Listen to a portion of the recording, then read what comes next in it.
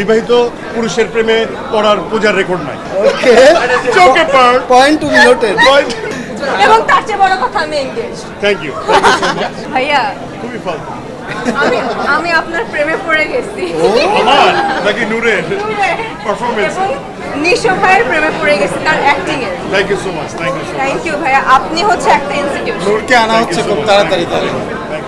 এবার আপনারা অন্যভাবে নিয়েন না যে পূজা চিনি নিশো ভাইয়ের প্রেমে কেউ পড়ে অন্যভাবে গেছে। নিচ্ছে না। প্লিজ তুমি যে তার কাজের প্রেমে পড়ছো। অ্যাক্টিং এর ও মাই গড, সে একটা জলজান্ত ইনস্টিটিউশন, আর কিচ্ছু না। থ্যাংক ইউ সো মাচ এই প্রেজ করার জন্য। এবং আপনারা বিচলিত হবেন না, বিবাহিত পুরুষের প্রেমে পড়ার পূজার রেকর্ড নাই। ওকে, চোখে পার। Point to be noted. এবং তার চেয়ে বড় কথা আমি এনগেজ। Thank you. ওদের স্বপ্ন পূরণে পাশে থাকতে পেরে আমরা গর্বিত।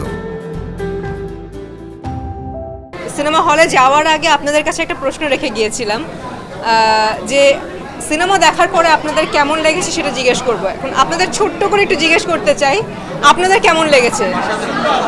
সুপার। কোথায় দমে, মানে দম নাই তো কারো? সুপার, ভালো লেগেছে। এটাই আসলে মানে প্রাপ্তি। আমরা যারা শিল্পীরা আছি, এই যে ভালো লেগেছে, সুপার, দুর্দান্ত, অসাধারণ, নতুন একটা কিছু দেখেছি, এই ওয়ার্ডগুলো না আমাদের আরও বেশি মানে ইন্সপায়ার করে, অনেক বেশি আমরা কি বলবো, আবেগপ্রবণ হয়ে যাচ্ছি। আমার নূরকে আমি পেয়ে গেছি। আশা করি টিউবওয়েল এবং দোতলা ঘর হয়ে যাবে, কিন্তু দেশের বাইরে না, দেশে থেকে। দেশে থেকে।